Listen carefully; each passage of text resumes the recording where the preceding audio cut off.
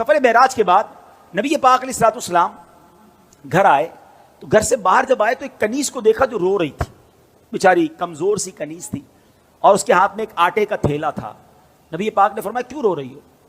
کہتی حضور میں فلاں غیر مسلم کی کنیز ہوں، میرے مالک نے مجھے چکی میں آٹا پسوانے کے لیے بھیجا، میں بیمار ہوں، چل بھی نہیں پاتی ہوں، اب مجھے دیر ہو گئی ہے، مجھے ڈر ہے کہ اب میں یہ آٹا لے کر لیٹ پہنچوں گی نا تو مجھے بہت ڈانٹے گا، مجھے سزا دے گا۔ بیچاری چل بھی نہیں پا رہی تھی۔ اللہ کے حبیب، رب کے حبیب ابھی معراج سے آئے ہیں، اتنا بڑا شرف پا کر آئے ہیں، مگر نبی پاک نے فرمایا اچھا چلو میں تمہارے ساتھ چلتا ہوں، تمہارے مالک کے پاس تمہاری سفارش کر دوں۔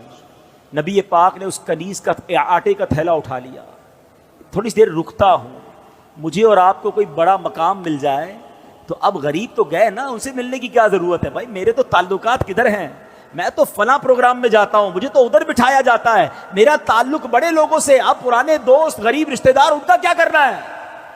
ارے عرش کے دولہا بن کر آئے ہیں اور کنیز کے آٹے کا تھیلا اٹھا رہے ہیں۔ تیری عاجزی پہ لاکھوں، تیری سادگی پہ لاکھوں، ہو سلام عاجزانہ مدنی مدینے والے۔ سنو میرے آقا اس کے گھر پہنچ گئے، دروازہ کھٹکھٹایا، وہ نبی پاک علیہ الصلوۃ والسلام کو جب دروازے پر غیر مسلم دیکھتا ہے تو ہکا بکا رہ گیا، جانتا تھا کہ یہ مسلمانوں کے نبی ہیں، تو کہا آپ کیسے تشریف لائے؟ تو فرمایا کہ یہ تمہاری کنیز ہے، پریشان تھی، ڈر رہی تھی تمہارے پاس آنے کے لیے، اس کو معاف کر دو۔ وہ پتہ ہے وہ کیا کہتا ہے، وہ جو غیر مسلم تھا، کہتے پہلے مجھے بتائیے آپ کو آج رات معراج نصیب ہوئی ہے نا؟ غیر مسلم کہتا ہے اے محمد صلی اللہ تعالی علیہ وسلم آج رات آپ کو معراج نصیب ہوئی ہے؟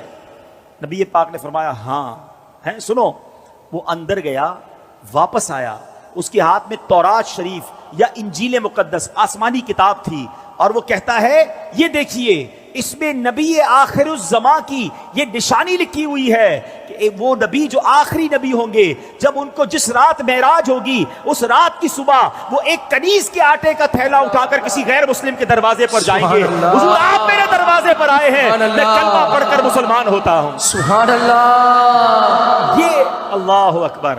اب یہ میرے آقا کی شان ہے کہ نبی پاک کی اس معراج کا ذکر اور معراج کے بعد اس عاجزی کا ذکر بھی آسمانی کتابوں میں موجود ہے۔ ارے جن کے نصیب میں ماننا ہوتا ہے، جن کے مقدر میں ایمان لانا ہوتا ہے، جن کے مقدر میں عشق رسول ہوتا ہے، ان کو یہ سعادت ملتی ہے۔ بڑی پیاری بات شاعر کہتے ہیں، عقل والوں کے نصیبوں میں کہاں ذوق جنون۔